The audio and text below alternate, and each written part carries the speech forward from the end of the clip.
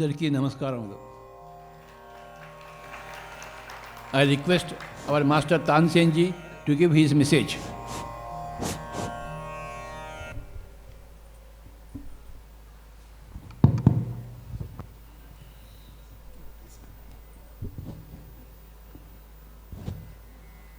ఈ గొప్ప మాస్టర్ గారికి గట్టిగా చెప్పలు పడదాం.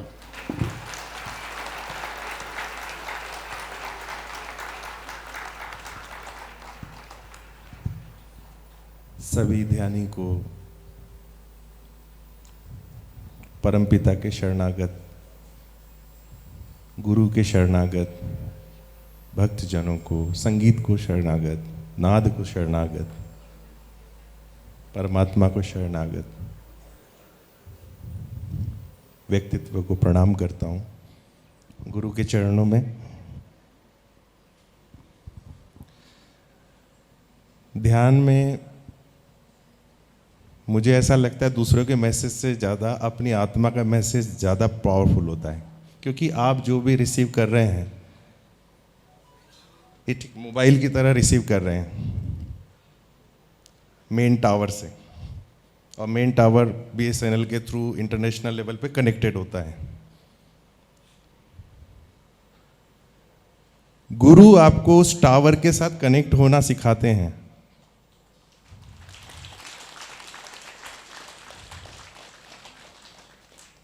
धर्म के आधार पे, धर्म मतलब हिंदू मुस्लिम सिख ईसाई नहीं कह रहा हूं मैं, धर्म अर्थात एक जीवन का अस्तित्व जो जीने की कला है. और अगर आप देखिए, गुरु के शरण में तो सब जाते हैं, दुखी आदमी ज्यादा जाता है, जाके वो सब कुछ उनका पॉजिटिविटी लेके अपना खाता पीता रहता है, मस्त रहता है, आशीर्वाद आशीर्वाद आशीर्वाद चिल्ला रहा होता है, बस गुरु का आशीर्वाद गुरु का. अरे भाई, गुरु को आशीर्वाद ले तो लिया, उसको चुकाएगा कैसे? गुरु का आशीर्वाद ले लेना ना, तो आशा गुरु तो सदगुरु है, वो तो दे देंगे आपको. मैंने उस दिन लास्ट टाइम जैकेट मांगी, तुरंत उतार के दे दिए. खाना मांगोगे खाना दे देंगे. मेरे को यहाँ पे चोट लग रही है तो उसके प्रेयर कर देंगे. आप क्या दोगे? आप तो हमेशा स्वार्थ के लिए ही ध्यान कर रहे हो. मेरा परिवार, मेरी पत्नी, मेरा बच्चा, मेरा बेटा बिल्डिंग बन जाए, पिरामिड बन जाए बहुत बड़ा, वो भी एक बहुत बड़ी आध्यात्म की बात है. मंदिर बन जाए, मठ बन जाए, तबला वादक बन जाऊं, संगीत कला केंद्र खोल दूं, स्टेज बना दूं बहुत बड़ा, ये सब स्वार्थ है, क्योंकि मैं चाहता हूं. गुरु क्या चाहता है? गुरु क्या चाहता है? किसी ने पूछा गुरु से? एक एक को तो जवाब नहीं देंगे गुरु, एक एक के पास, लेकिन एक एक के पास रोज जाते हैं, रोज जाते हैं. जब भी आप ध्यान करते हैं, गुरुर ब्रह्मा गुरुर विष्णु गुरुर देव महेश्वरा गुरुर साक्षात, श्लोक बोल देते हैं हम, बड़े आसानी से बोलते, गुरुर साक्षात परम ब्रह्म तस्मै. उसको अलग अलग राग में गा देंगे, अलग अलग आध्यात्म के उसमें प्रवचन दे देंगे बड़े बड़े, उसमें बड़ी बड़ी बातें कहेंगे. लेकिन गुरु के सानिध्य में चलना, प्रतिदिन के कर्म करना और गुरु के आस्था को कायम रखना कि उनके बिना मेरा कोई हो ही नहीं सकता, क्योंकि परमात्मा का एक परम आदर्श आत्मस्वरूप है. कल गुरु के बारे में बात चल रही थी. गुरुजी रोज बोलते हैं, बोलने के लिए तो बहुत कुछ है मेरे पास, लेकिन वही है ना, आध्यात्म में दूसरे का बोलना काम का नहीं है. मैं आपको सिर्फ ये बताने की कोशिश कर रहा हूं, मैं कोई प्रवचन नहीं कर रहा हूं.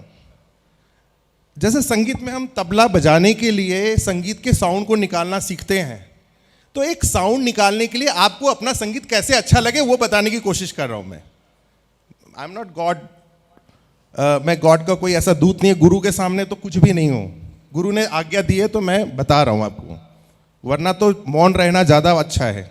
क्योंकि गुरु का, हमारे गुरु जी जो मैं पहले जहाँ से शुरुआत हुई मेरी, वो तो कहते हैं, बेटा मेरा भी गुणगान मत गा, तू अपने आप को ही खुश रख ले. मैं अपने आप को खुश रख ले, सबको पता चल जाए कि तू मेरा गुरु, मेरा शागिर्द है, क्योंकि मैं तुझे भी गुरु बनाना चाहता हूं. तू भी एक गुरु है।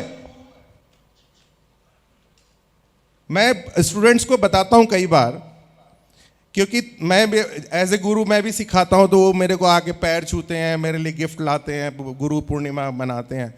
तो मैं बोलता हूं बेटा एक गुरु जो है ना यहाँ नहीं है। तुम जो आध्यात्म सोच रहे हो मेरे बारे में कि तानसेन जी के पास जाके मैं तबला सीखूं, वो इस लायक है, तुम्हारी वो भावना गुरु है, ना कि मैं गुरु हूं। आपके अंदर जो भावना है गुरु के प्रति, वो गुरु है, वो गुरु को उच्च बनाती है।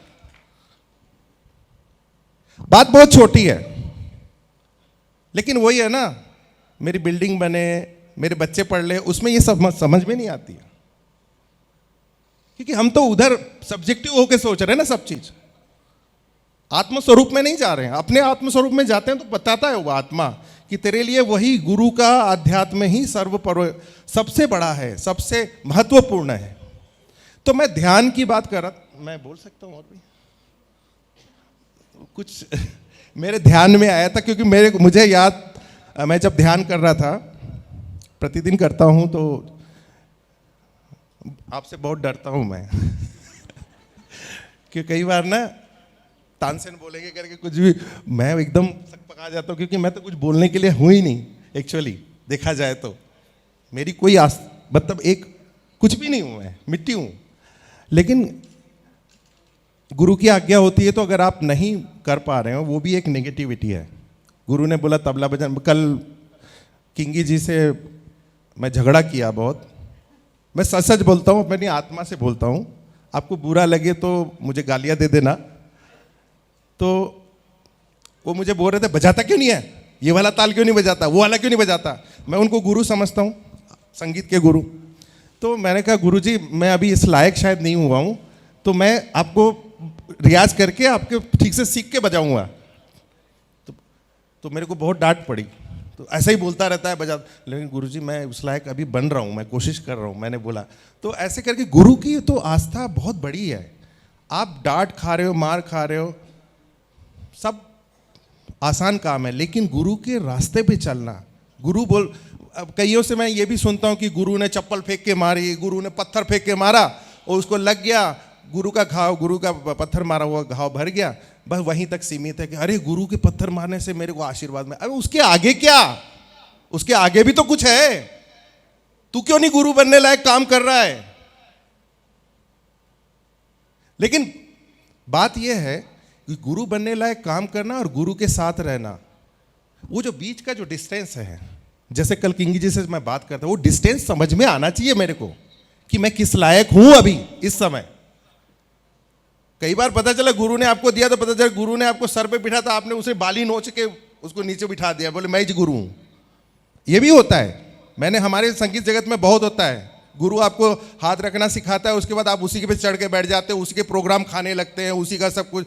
फिर पता चला एक और नया गुरु आ गया आपके जीवन में, उसको पकड़ के बैठ गए कि ये भी मेरा गुरु है, ये भी मेरा गुरु है। जहां फायदा मिला, जहां मकान बनाने को मिला, जहां नोट मिला, वहां मेरा गुरु है। अरे गुरु के पास जाने से तो कुछ नहीं मिलता भाई, देना पड़ेगा रोज का 3-4 घंटे फ्री में। फ्री शब्द भी उसके लिए कुछ नहीं है, उसी का दिया हुआ ये धड़क रहा है। अब वो आपकी भावना, आपके अंदर का वो आध्यात्म पहले से था कि आप उस शरण में, जैसे मैं यहां बजाने बैठा हूं, इनके बुलाने से पहले जो मेरा डिसाइडेड है परमात्मा के थ्रू कि ये गुरु के माध्यम से तुझे तबला बजाना है स्टेज पे, वो मैं कर रहा हूं। Thank you Swami ji. एक बात और बोलनी थी दादू, हम सब गुरु बनेंगे आपके द्वारा।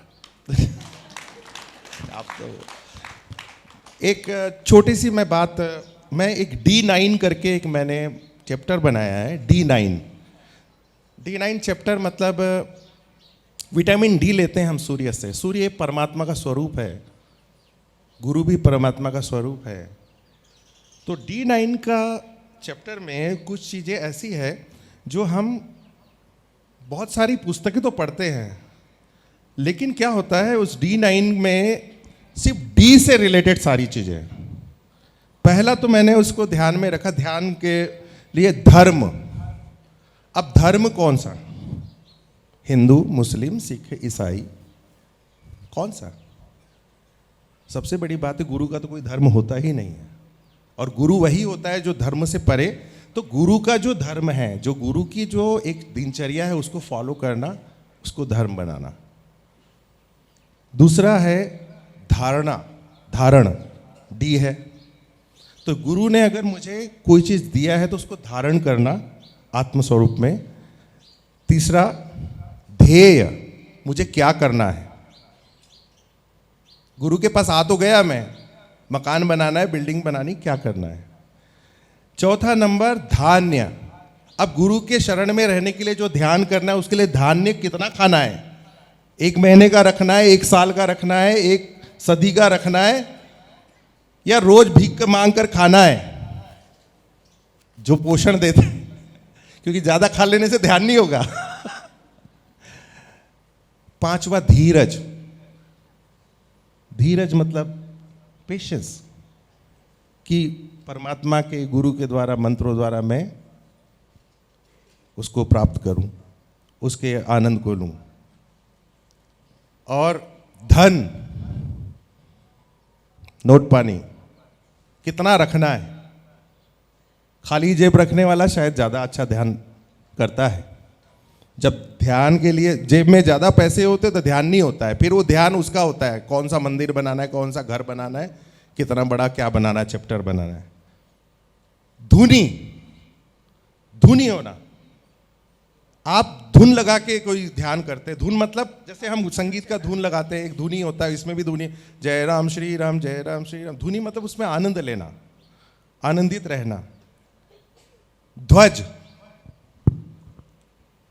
ध्वज मतलब जीतना अपने आप को, ध्वजित होना, कि अपने आप को प्रतिदिन मापदंडों में रखना कि आज मेरे ध्यान में क्या सीखा मैंने, और क्या सीखा उसको ध्वज के रूप में अपने अंदर संचालित करना। और धुरी, केंद्रीकरण, अपने आप को केंद्रित करना। सब कुछ मिल जाने के बाद, एक 9 ऊपर की जो सारी चीजें समझ में आने के बाद, जब मैं धुरीकरण में अपने आप को जब ध्यान के लिए एक जगह स्थापित करता हूं, तब मुझे उस ध्यान का सही आनंद, शून्य का आनंद प्राप्त होता है। शून्यता की ओर, धुरी मतलब शून्य। आप देखना सेंटर में जो पॉइंट होता है वो शून्य होता है, वहां से सारी गिनती शुरू होती है। तो धुरी। तो इस तरीके से 9 चीजें मैंने सोच रहा था कि मेरे अंदर क्या क्या कमी है, जिसको मुझे इसको धीरे धीरे धीरे धीरे धीरे धीरे धीरे, पहले तो ज्ञान होना चाहिए क्या हुए। तो आपका ध्यान करता हूं रोज, सबसे पहले आप ही होते हैं।